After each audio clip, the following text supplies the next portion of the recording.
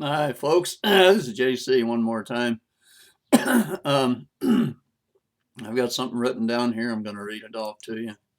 And I call it, It's Time to Do Some Thinking.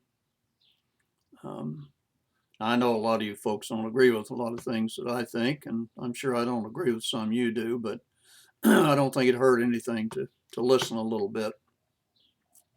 And I started this off just writing a little story about it, and it's true. It really happened. Okay, say, did you ever get a little catch in your stomach just by seeing something? I remember when I did one time, and listening to Donald Trump at one of his rallies reminded me of this. It was in the 90s, and my sweetie, Donna Lee, and I had gone to Colorado Springs, Colorado to visit our daughter, Becca Fay LaPalme, and her family. I had worked in Pueblo, Colorado from 1957 to 1959, hauling pipe out of the Colorado Fuel and Iron steel mill down to oil rigs in Texas and New Mexico and other places. I drove truck for J.H. Marks Trucking Company, pulling a pole trailer. CFI was a huge plant. It's Colorado Fuel and Iron. It was a huge plant covering I don't know how much area. It was big. I always had to stop at the front gate to sign in. And I'd pull around a big long building and enter at a truck entrance door, then pull alongside a huge ramp and wait for an overhead crane to load my trailer, one tier at a time. Then I pulled ahead for about 100 feet and got my chains and boomers or binders, some people call them, out and tied the load down. And it was back to the truck yard for the paperwork and then on to New Mexico, usually to an oil derrick on the Jicarilla Indian Reservation near Aztec, New Mexico.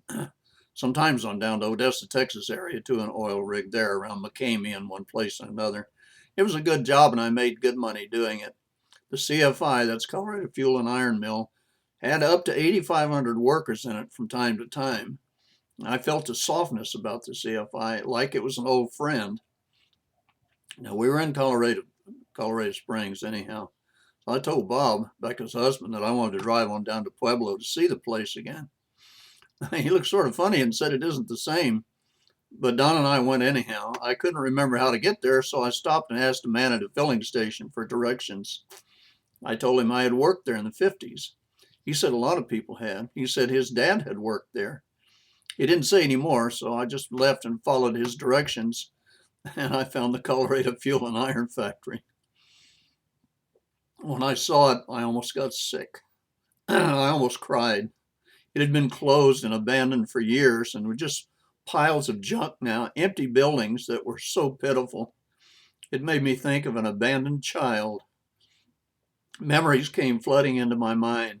Memories of red hot furnaces, memories of pipe manufacturing machines, memories of men dressed in heavy leather aprons and thick, strong gloves and boots, memories of overhead cranes that flew from one end of a giant room to the other, loading pipe and moving tons of steel from one place to another. Memories of things that are gone forever.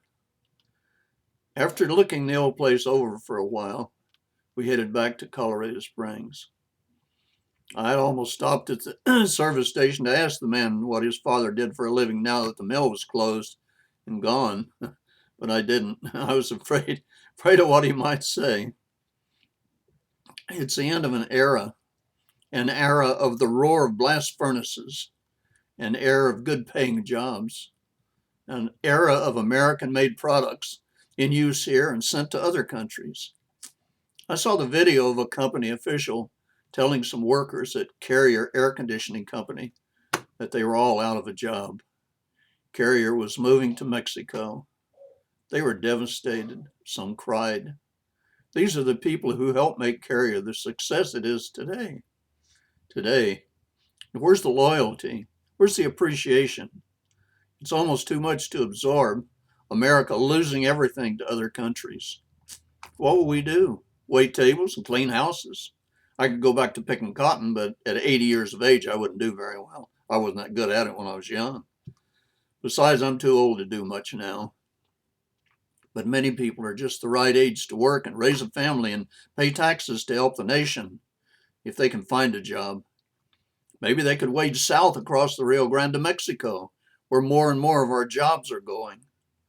Or maybe we can put our trust in a man who has proven he is successful and knows how to create jobs and make us at least as good as the nations with which are taking advantage of us now and taking our jobs. I'm going to put my trust in Donald Trump, a man with nothing to gain except for making this nation better. If you want to go with someone else, don't whine about it when nothing gets fixed. Whatever we get is exactly what we deserve, for good or for bad. This is JC. Thank you very much.